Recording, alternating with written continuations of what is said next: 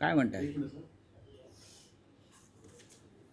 या या काय राऊतसाहेब, काल पुण्यात रात्री उशिरा बैठक पार पडली आहे. 2 NCP एकत्र येण्यासंदर्भात चाचपणी आणि निर्णयाच्या दिशेनेही वाटचाल सुरू आहे.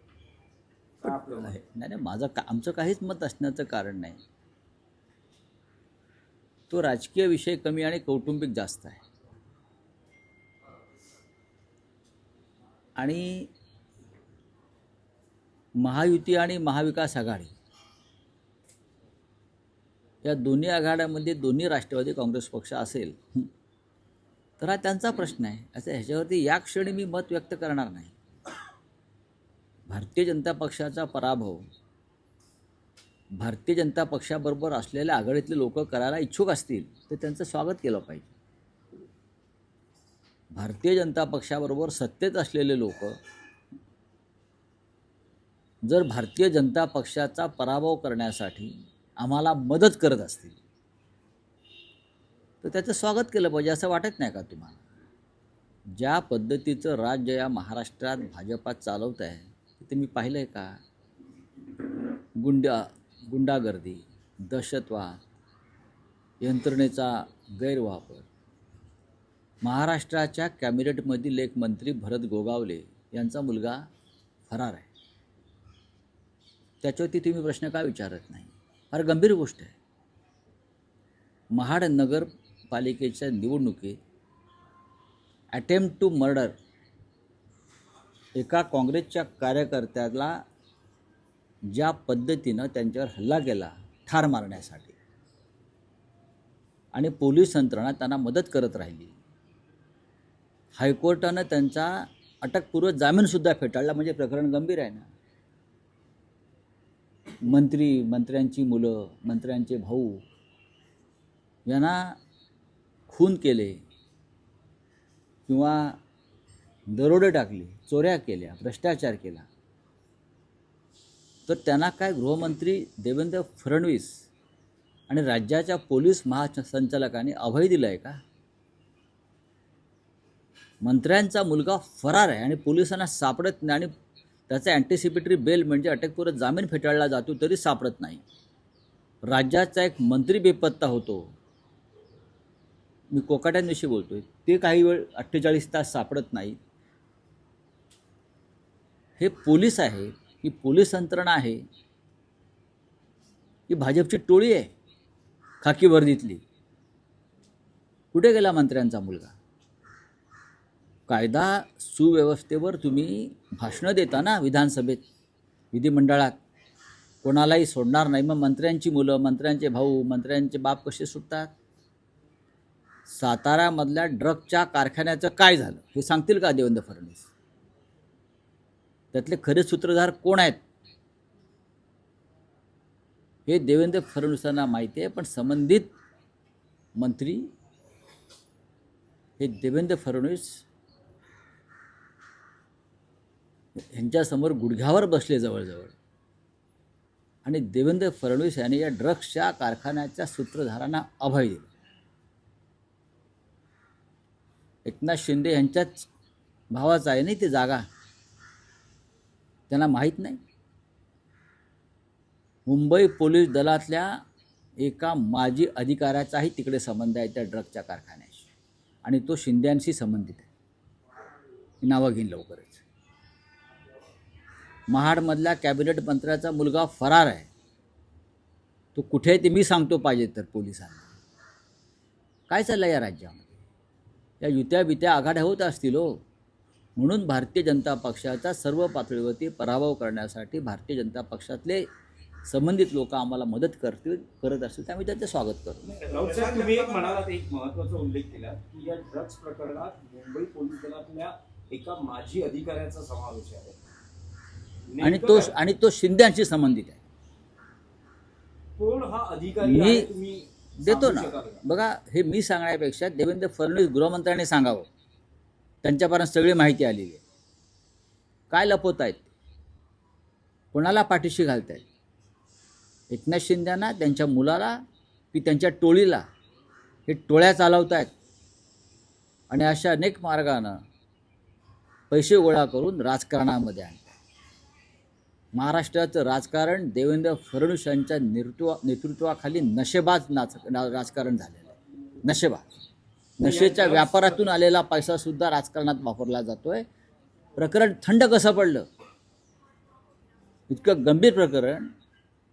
छत्रपतींच्या भूमीमध्ये साताऱ्यात एक खतरनाक ड्रगचा कारखाना सापडतो. मुंबईचे पोलीस जाऊन त्याच्यावरती रेड टाकतात. साताऱ्याचे नाहीत. सातारच्या पोलीस अधीक्षकाने वाचवायचा प्रयत्न केला.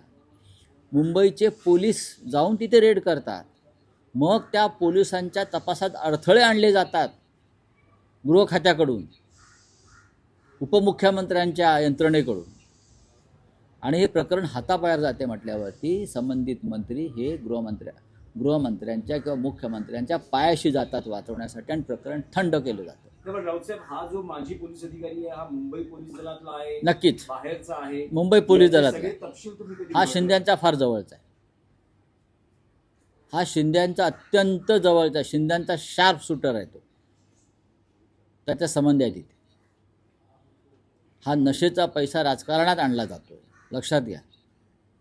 महाराष्ट्राच्या तरुणांना नशेबाज केलं जात आहे आणि त्यातून राजकारणात हा पैसा ओतून हे हिंदुत्ववादी आम्हाला हिंदुत्व शिकवतात ढोंगी. चला राऊत साहेब, एक आणि तुम्ही म्हणालात की म्हणजे जे कॉम्बिनेशन आहे एकाच वेळेस महायुती आणि महाविकास आघाडीतील, असं कसं होऊ शकतं? असं कसं होऊ शकतं? जनतेला पडलेला प्रश्न असेल. नंबर 1. नंबर 2, राऊत साहेब, अजित पवारांकडून असा दबाव टाकला जातोय किंवा एक आग्रही मागणी केली येते की या युतीमध्ये सगळ्यांनी घड्याळ या चिन्हावरच लढावं. शरद पवार किंवा त्यांचा पक्ष हे मान्य करेल का?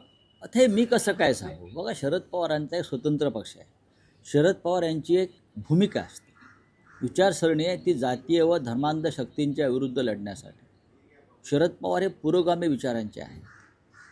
शरद पवार यांनी त्यांच्या जीवनभर भाजपसारख्या प्रवृत्तींशी लढण्यामध्ये त्यांचं आयुष्य घालवलेलं आहे, आणि आम्हीसुद्धा त्यांच्याबरोबर त्या लढ्यामध्ये अनेकदा उतरलेलो आहोत. त्याच्यामुळे भविष्यामध्ये त्यांचा पक्ष कोणत्या दिशेने जाणार आहे हे शरद पवार साहेबच ठरवू शकतात. आणि विलीनीकरणाचे संकेत आहेत का? मला असं वाटत नाही की विलिनीकरण होईल. मी जे काय पवार साहेबांना ओळखतो आणि त्यांच्या विचारसरणीला मी जे काय ओळखतो, ही विलिनीकरणाची प्रक्रिया होईल असं मला वाटत नाही. मी एकदा पवार साहेबांना प्रश्न विचारला होता सहज एका बैठकीत, तेव्हा त्यांनी हे अशक्य आहे सांगितलं. अजित पवारांच्या राष्ट्रवादीला महायुतीमध्ये मुंबईत घेतलं जात नाही. जर अजित पवारांचा पक्ष जर तुमच्यासोबत युतीकडे मुंबईत नाही, शक्य आहे का? नाही, तुम्ही स्वागत करू असं म्हणताय? नाही, आम्ही नाही. त्यांनी 2 पवार एकत्र येऊन जर भाजपचा पराभव करणार असतील तर म्हणतोय मी. पण ते असंही म्हणतात जर पुण्यामध्ये तुम्ही जर त्यांच्या सोबत गेलात, म्हणजे ठाकरे बंधू जर सोबत आले, ती ताकद अजून वाढेल.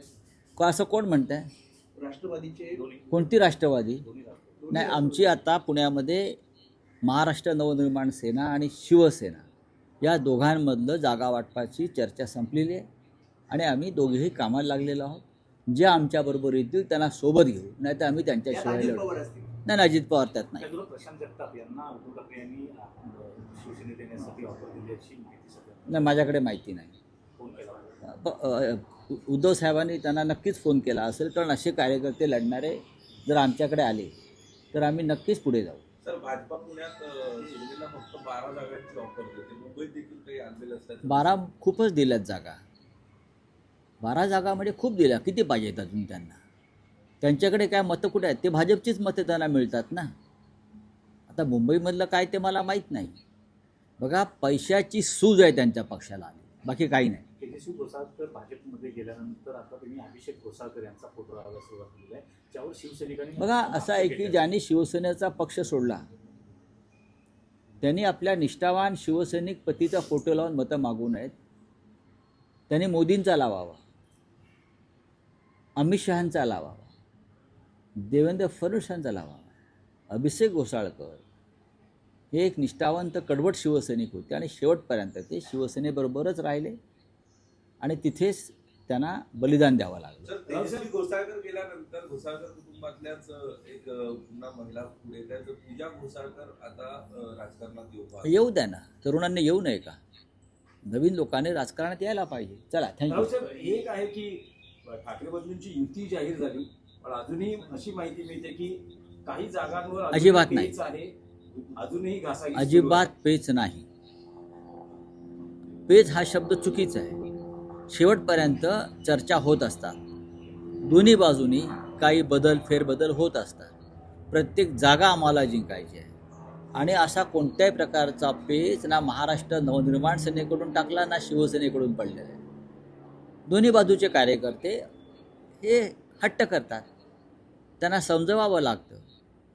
त्याचा दबाव नेत्यांवरती असतो. मग ते राजसाहेब ठाकरे असतील किंवा उद्धवजी ठाकरे असतील. कार्यकर्त्यांची समजूत ही प्रत्येक ठिकाणी काढावी लागते. युती असो अगर नसो, एकेका वॉर्डात एका पक्षाचे जेव्हा 10 इच्छुक असतात, एकाला उमेदवारी मिळते, तेव्हा 9 तो पेचच असतो ना, तोही पेच असतो. राव साहेब, 26 तारीख आहे, 26 तारीख आहे, 30 तारखेला अर्ज भरण्याची शेवटचा दिवस आहे. एबी फॉर्मचं वाटप सुरू झालंय. 26 तारीख आहे ना, आणि 30 तारीख, 4 दिवस फार भरपूर आहेत. एकाच दिवसात सगळा कार्यक्रम संपतो. आधीच 2 दिवस निघून गेले, कोणी अर्ज भरलेले नाहीत. फार आपण पाहिलं असेल. होणार सगळं, तुम्ही काही चिंता करू नका. आज जयंत पाटील येत आहेत मागल्या येऊ द्या ना, चांगली गोष्ट आहे. अजूनही एनसीपीशी चर्चा चालू आहे. हो, होणार. शेवटच्या क्षणापर्यंत आज सुरू राहील. एनसीपी बरोबर आमची आघाडी होईल. होईल. सर, लातूरात आपण जर बघितलं तर एक अत्यंत दुर्दैवी घटना घडलेली आहे. एका पोलीस निरीक्षक आपल्या आईला त्रास देतो म्हणून एका 20 वर्षीय तरुणाने आत्महत्या केली आहे. आत्महत्येचा व्हिडिओ देखील आहे. हो, पण आता असं आहे की मगाशी मी जे पोलिसांविषयी जे बोललो तेच लातूरला लागू पडतं. पोलीस हे एकतर गुंडांसारखे वागत आहेत, दरोडेखोरासारखे वागत आहेत आणि गृह खात्याचं त्या पोलीस खात्यावरती कोणतंही नियंत्रण नाही, अजिबात नाही. विकास गोगावले मंत्रीपुत्र फरार आहे. एक पोलीस अधिकारी एका कुटुंबाचा छळ करतो, त्यातून आत्महत्या होत आहे. बीडची प्रकरणं समोर आहेत. कारण पोलिसांना राजकीय कार्यासाठी वापरून घ्यायचं, त्यासाठी अशा गुंड प्रवृत्त्याच्या पोलिसांना देवेंद्र फडणवीस यांचं गृह खातं बळ देत्या. बोले आप हिंदी में. मुझे मालूम नहीं. देवेंद्र फडणवीस जी टिप्पणी कर रहे हैं मामूर की पार्टी है। मामूर रशीद जो है शिवसेना के रूप में आने के बाद जो है देवेंद्र फडणवीस टिप्पणी नहीं, मेरे बारे में कोई जानकारी नहीं. वारिस पठान कह रहे हैं कि मुंबई का महापौर मुस्लिम क्यों नहीं होना चाहिए? पठान या खान हो. पठान या खान भी हो सकता है. हमने राष्ट्रपति किया था मुस्लिम, ये भूल गए ये लोग. हमने मुस्लिम राष्ट्रपति किया है और भारतीय जनता पार्टी के सरकार में तो मुस्लिम राज्यपाल भी हो रहे हैं. ऐसा नहीं है ना. हमने मुस्लिम राष्ट्रपति कितने देश में कितने मुस्लिम राष्ट्रपति भाजपा ने भी किए हैं. डॉक्टर अब्दुल कलाम, जाकिर हुसैन, फखरुद्दीन अली अहमद, कितने मुस्लिम राष्ट्रपति किए. छोड़ दीजिए, चलो. शरद पवार एनसीपी